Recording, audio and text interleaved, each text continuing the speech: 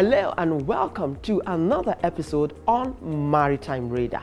Maritime law, often referred to as Admiralty law, is a fundamental branch of law that regulates commerce and navigation on seas or other navigable waters. Good laws are therefore a necessary precondition for the development of the maritime industry. They will only be effective if there is also the political will and practical capacity among government, relevant agencies, and stakeholders to carry them out.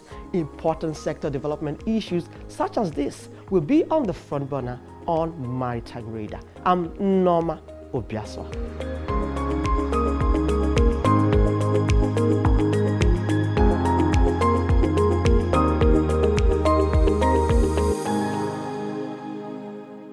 Maritime transport is essential to the proper operation of any country's economy and a vital part of a nation's transport infrastructure. Without maritime transport, Africa would have been landlocked and its economy stagnant. It's important to Africa's economy is in transportation, facilitation of trade and commerce, revenue generation, job creation, defense, security, and many more. In this episode, our focus will be the impact of enforcing these laws on Africa's economy, as maritime laws must be implemented to ensure industry development. Before we get further into today's lineup on the program, let's find out the latest in maritime news.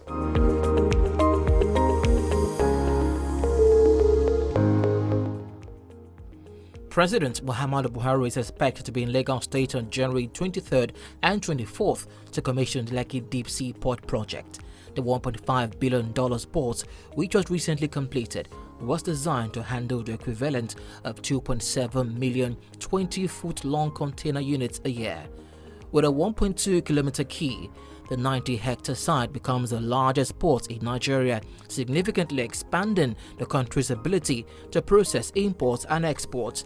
Nigeria's president will also open 5 iconic projects during this visit. The Nigerian Maritime Administration and Safety Agency (NIMASA) says it will immortalize the late Nigerian maritime icon and former chairman of the Nigerian Ports Consultative Council, Kunle Folari, by naming one of its newly acquired vessels after him.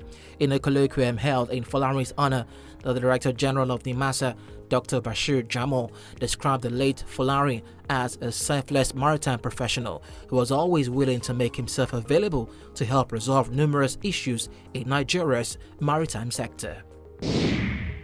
Comptroller General of the Nigerian Customs Service, Hamid Ali, has announced the appointment of 7 new Deputies Comptroller General of Customs. 2 of the new DCGs are substantive, while 5 were appointed in acting capacities. In a statement for the announcement, Ali also disclosed the appointment of 13 new acting assistant comptrollers general of customs.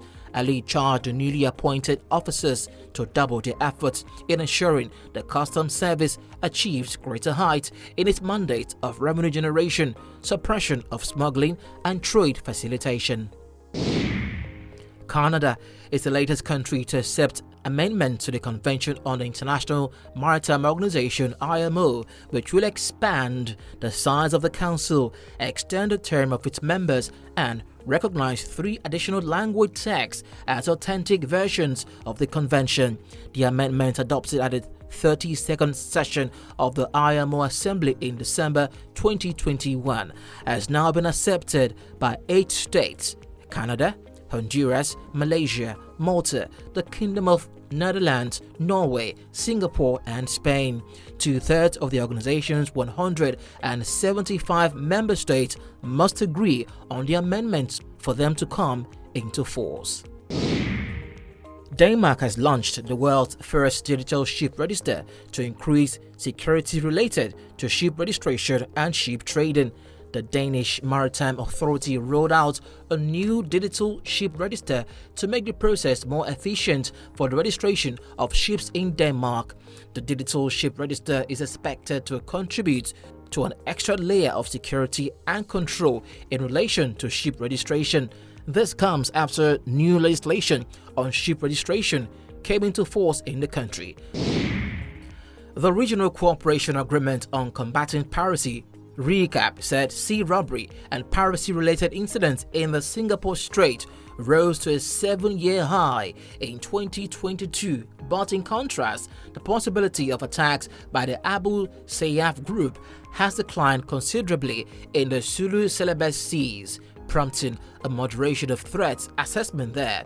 Recap is a multilateral agreement between 16 countries in Asia concluded in November 2004 and includes the Recap Information Sharing Center (ISC), an initiative for facilitating the dissemination of piracy-related information. According to Recap, 65% of all incidents in Asia last year were in the Singapore Strait. Recap's data is very closely tracked by commercial shipping companies, security officials, maritime analysts, as well as ship and cargo insurance providers because it has a bearing on the overall risk assessment and insurance premium.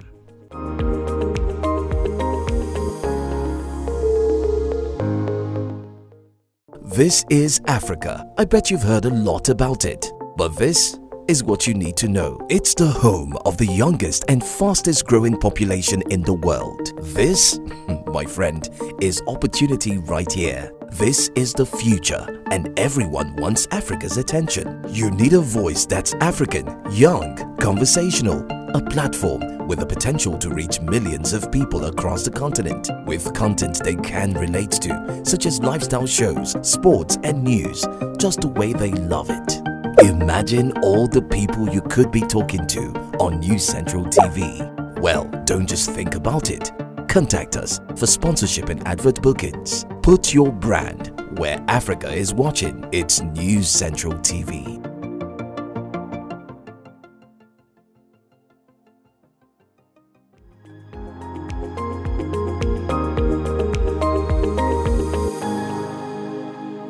If you are just joining us, this is Maritime Radar.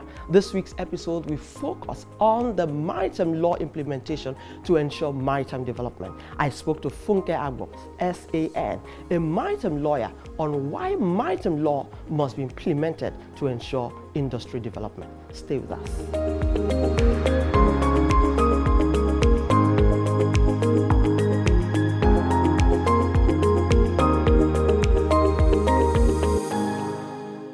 Let's start this conversation extracting the potentials of the maritime sector if it's properly harnessed.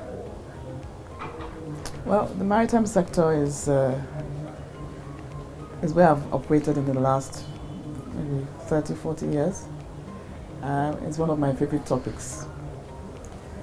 But in recent times, I found it very, very frustrating as an industry because I think we can do more. In terms of where we are, we certainly know that we are not supposed to be where we are. We should be far forward, far, far away from where we are right now. We have policies in place that government has put in place. We have policies, we have legal framework that has been put in place from a long time. The maritime industry is a very, very broad industry in terms of what it does. We are talking about the shipping sector. That has to do with trade. We're talking about transportation. Shipping transportation, that also has to do with trade.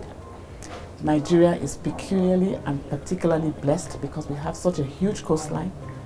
We're a coastal state, and therefore we are a maritime country. We have maritime boundaries.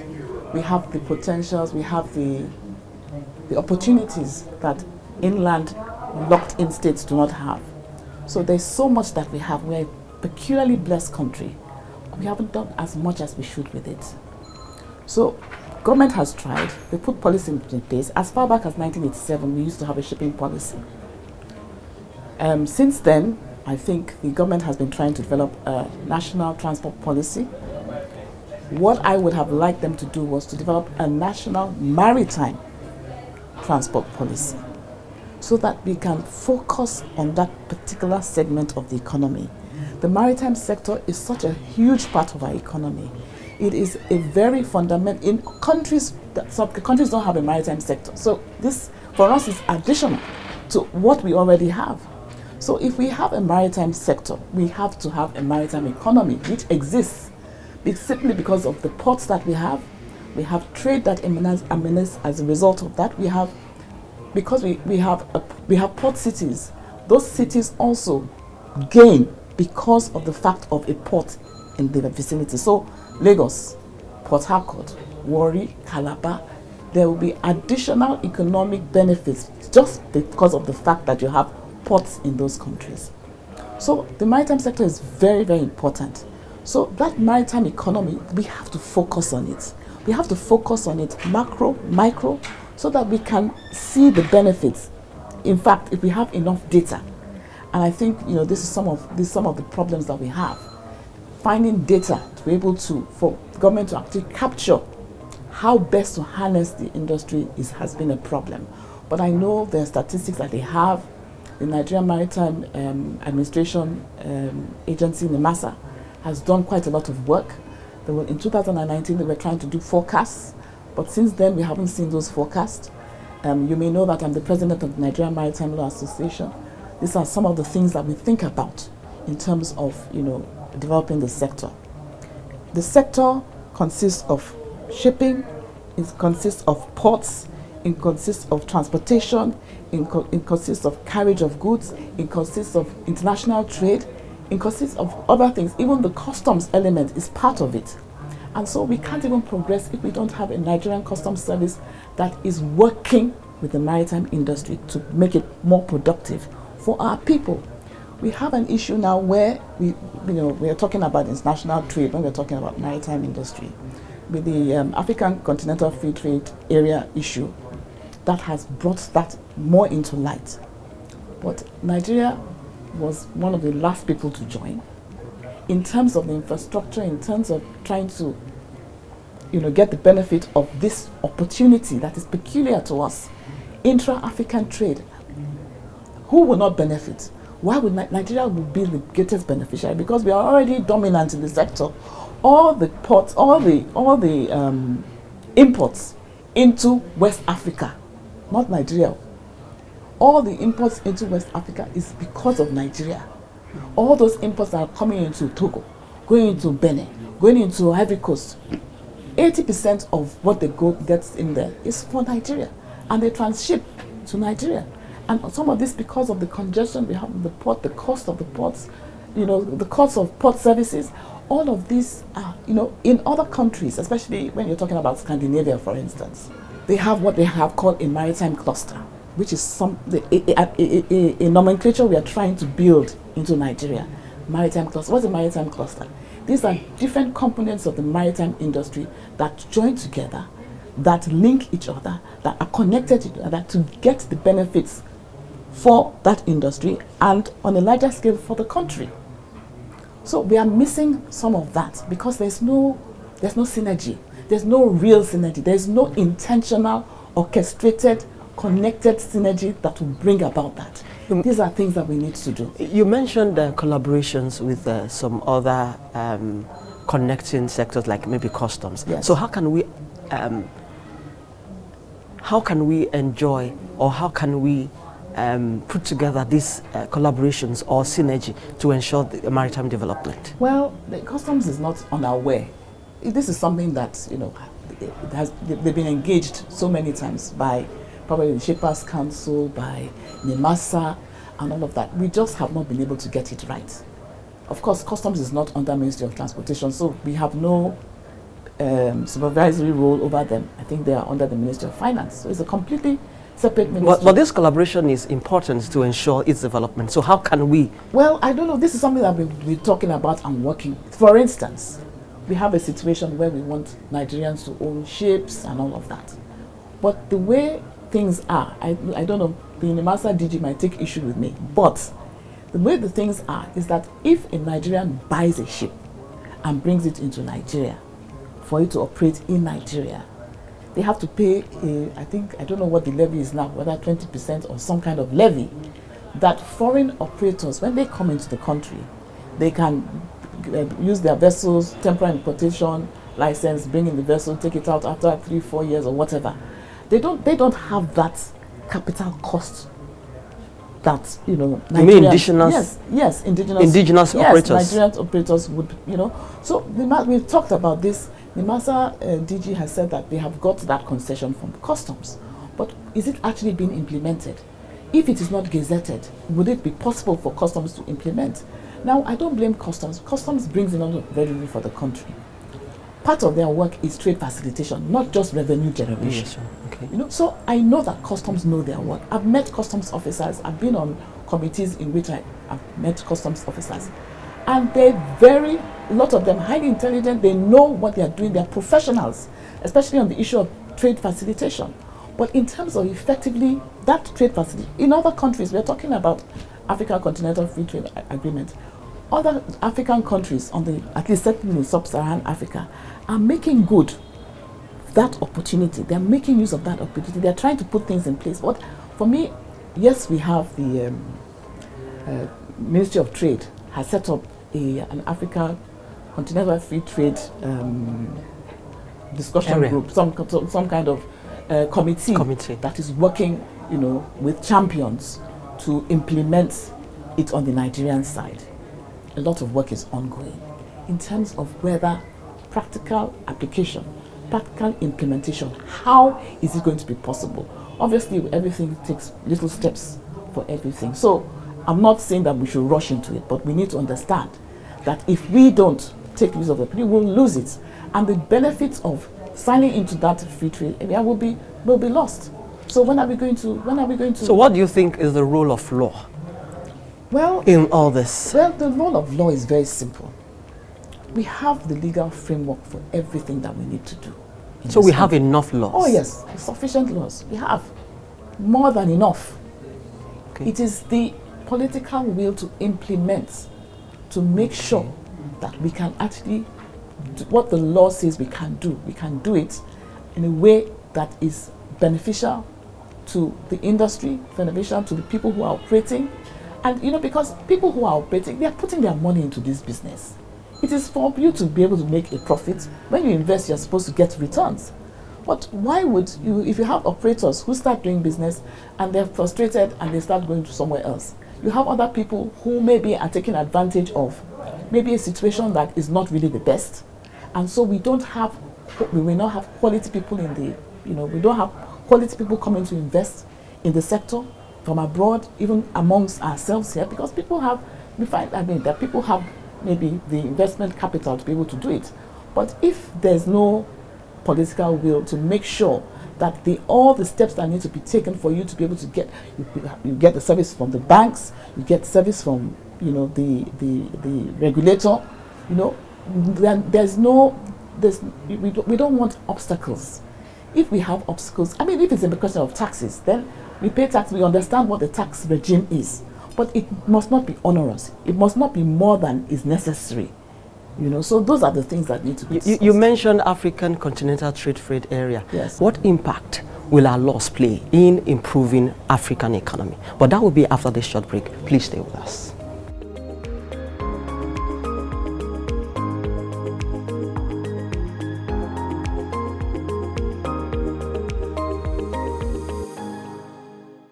News Central TV, Africa's #1 storyteller, has come with the best of both worlds. With a combination of news app and live TV, we ensure that you keep track of the latest headlines, breaking news, and in-depth analysis from professional journalists from around the continent. Download the News Central TV app on Android and iOS and get started today. Don't forget to follow us on News Central's social media platforms. News Central, Africa First.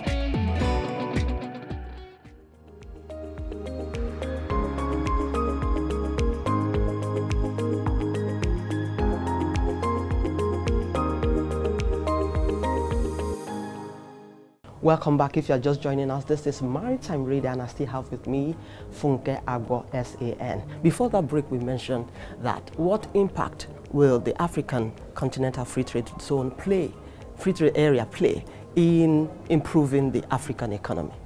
Law is meant to provide a framework by which... You agree with me, we have a unified law. How can it aid... You mean the treaty? Yes, we have a unified law. Yes. So how can it aid maritime trade in Africa and improve the African economy? Well, we have the provisions that have been set out in the treaty And I can't speak to any particular provision now, but we know that the entire framework is to ensure or to enable intra-African trade. And everybody's excited about it because it has been difficult for Africans to trade with each other. In fact, I think that when they did when you look at the summaries around it, they're saying that there's potential of making, because we're talking about entire population of the area. Okay. I think it's like maybe 2 billion, I can't remember the figures now. And that you have the potential of making so much more money within the African Continental Free Trade Zone. So the laws are already there. It is implementation that is the issue. It is how to practically ensure, because when you have laws. But do you think what we have now is efficient, or we think we need to revisit these laws or this framework for the trade policy? Well, I think do you think what we have is adequate, or we need to revisit it? I don't know whether because we haven't even used it enough to know whether it is inadequate. So for now, I think it's sufficient for purpose. It is fit for purpose. This is an African an agreement that was developed by people who understand these things. I think UNCTAD may have been involved in that. I can't remember quite right now. However, but I think that what we have is sufficient. But how has it fared?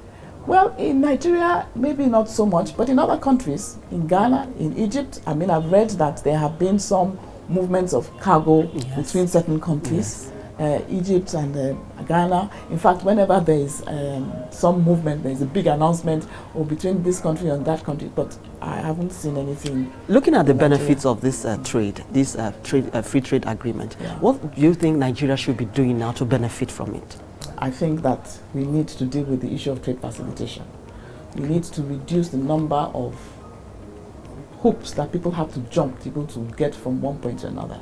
We need to have this single window where people can put in their documents at one time. So you're not going from table to table to table. I was reading somewhere that if you want to move goods by road from Lagos to, I don't know where, Benin, somewhere. Within West Africa? Within Africa. Or even West Africa? No, this isn't within Nigeria. You have not even reached up anywhere. 72 papers. So I think Lagos to Akure or something. 72. They listed it. This one, then each local government, by the time you go from Lagos to Akure, you can imagine how many local governments you're going to pass through. Each local government has either park pass, something license, this one, that, all kinds of things. 72 within Nigeria. So by the time you start going to get to Semen border, and we start moving to Benin Republic, move to Togo, what are we talking about? So we actually need to come together. I think that there's some movement being made. I don't know the specifics, but in terms of Nigeria, I think that the trade facilitation issue around the customs service is a big one. We have to find a way. I was reading recently that the Controller General was saying that they were going to make more money, customs is going to make more money for Nigeria. This year? So when we are talking about that trade facilitation, we are trying to see that, okay, customs, I know some of the money that is being made is through all these maritime issues. So we think we can do a research, or at least find some data to show that if they reduce some of these costs so that it makes things easy for maritime operators in the ports, especially when they're dealing with customs. But these are huge bottlenecks. Yeah, but obviously, but at the same time, they're making revenue. Okay. So they don't see any reason why to change anything because they're making the money. So we are saying that even if you remove some of these bottlenecks, you're not going to lose money. In fact, you might make more money. We might make more money. So these are the conversations we need to have with the powers that be, between the regulators, because all of these are government agencies. They need to talk to each other at that level. There has to be some policy direction, policy directive that makes sure that this is done. They have this interministerial, interagency meetings and committees, but I don't know whether anything really comes out of it because it changes from government to government to government. Everybody has their own white paper, everybody has one. And we don't really see any, orchestrated or, any purposeful direction in any of the outcomes of some of these committees, which is what we need to see. I must thank you. This is a fine place to end this interview. Government must come together to put a policy that will drive maritime radar. Those are the words of Funke Agbor, SAN. She is a maritime expert. I must thank you most kindly for coming on Maritime Radar.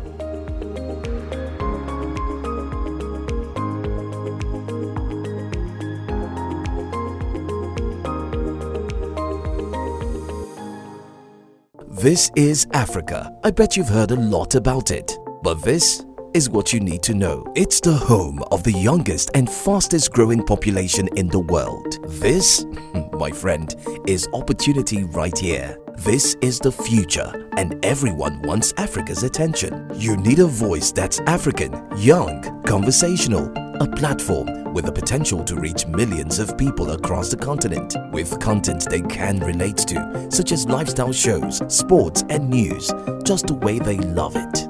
Imagine all the people you could be talking to on News Central TV. Well, don't just think about it. Contact us for sponsorship and advert bookings. Put your brand where Africa is watching. It's News Central TV.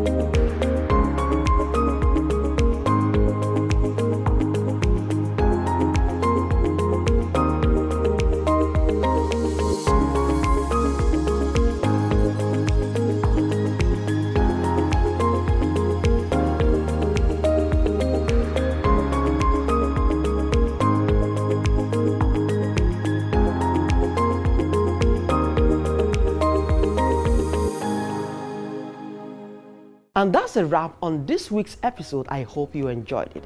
Join us every week on Maritime Radar as we engage industry experts to propose solutions to the developmental challenges and drive initiatives that will help position the African maritime industry amongst maritime nations. You can also expect the latest in maritime news and industry insights right here. I'm Nneoma Obi-Asualo. Many thanks for watching.